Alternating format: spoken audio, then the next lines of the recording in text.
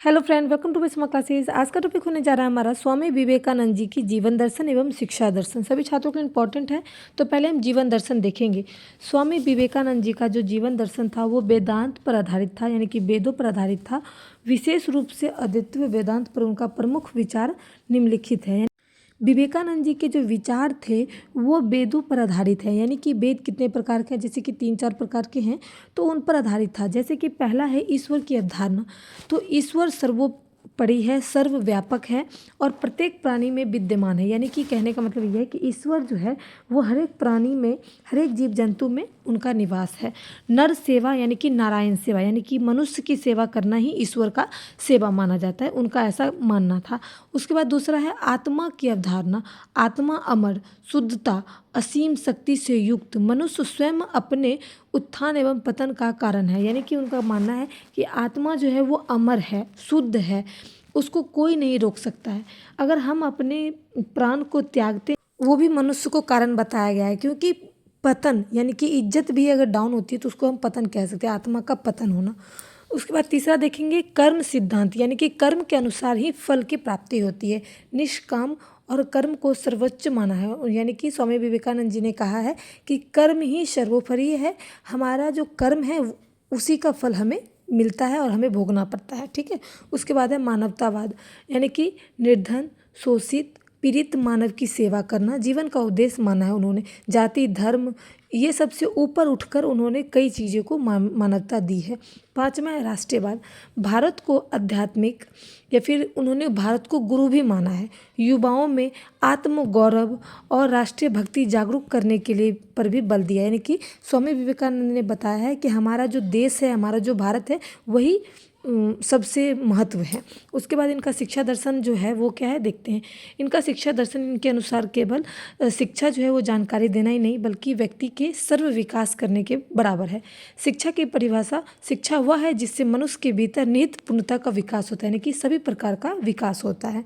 दूसरा है शिक्षा का उद्देश्य क्या था, यानी कि शिक्षा के उद्देश्य चरित्र निर्माण, आत्मनिर्भरता यानी कि एकदम अपने आप में आत्मविश्वास बनाना, नैतिक एवं आध्यात्मिक विकास, राष्ट्रीय सेवा की भावना। यानी कि उन्होंने बताया है कि शिक्षा बहुत ही जरूरी है और शिक्षा जिस व्यक्ति के अंदर होगा वो चरित्र अच्छा होगा, आत्मनिर्भर यानी कि उसको अपने आप पर विश्वास होगा, वो एक निडर होगा, डरने की जरूरत नहीं है, और ईमानदार होगा। ये सारी चीज़ें उन्होंने बताई है। उसके बाद देखेंगे इनका पाठ्यक्रम क्या था, वेद, क्योंकि ये खुद वेदांत पढ़ते थे, उन पर विश्वास करते थे, इसलिए उनका जो है वेद, उपनिषद, गीता, विज्ञान, तकनीकी शिक्षा, शारीरिक शिक्षा, नैतिक एवं आध्यात्मिक शिक्षा। नैतिक मतलब ईमानदारी शिक्षा, आध्यात्मिक हमारा अध्यात्म क्या है, हमारी धर्म, हमारी परंपराएं क्या है, इसके बारे में भी जानकारी देना। शारीरिक शिक्षा यानी कि योगा वगैरह हो गया, और कई चीज़ें शरीर से रिलेटिव होता है। उसके बाद देखेंगे हम 4 नंबर शिक्षण विविधियाँ। शिक्षण विविधियाँ में होता है कि अनुभव आधारित शिक्षा, आत्म अनुशासन पर बल, गुरु शिष्य परंपरा, यानी कि जो हम किसी को सिखा रहे हैं, कोई भी शिक्षा हो वो या तो हमें खुद आना चाहिए, या फिर हम किसी भी आदमी से सीख चुके हों, या फिर अगर हम गुरु और शिष्य की परंपरा को बनाए रखें, यानी कि अगर हम गुरु हैं तो हमें पूरी तरीके से वो चीज़ को आना चाहिए, उसके बाद ही हम किसी को शिक्षा दे सकते हैं।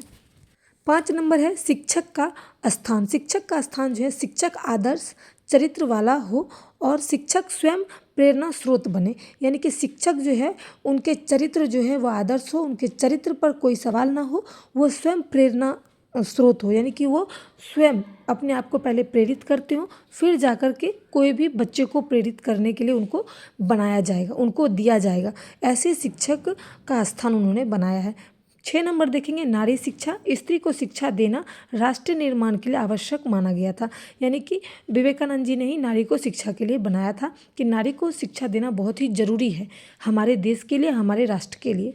नारी की शक्ति और सम्मान को प्रतीक बनाया था, यानी कि उन्होंने बताया था कि नारी की शक्ति कितनी है और सम्मान कितना जरूरी है हमारे देश में। उसके बाद है युवा शिक्षा। युवाओं को शक्ति, साहस, आत्मविश्वास का प्रतीक माना है, यानी कि जो हमारे युवा हैं उनके अंदर नया नया खून होता है, तो वो हर चीज़ को करने की चाह रखते हैं। वो कहते हैं कि हम ये कर देंगे, हम वो कर देंगे, और सच में उनके अंदर ये चीज़ें उस समय, यानी कि एक समय होता है 18 से 21 साल या फिर 16 से 21 साल, 20 साल कह लो, ये उम्र ऐसा होता है कि इसमें युवा कुछ भी कर सकता है, जो अगर वो चाहे वो करके रह सकता है।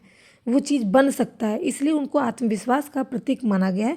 उठो जागो लक्ष्य प्राप्त तक रुको मत, ये जो है स्वामी विवेकानंद की लाइन है।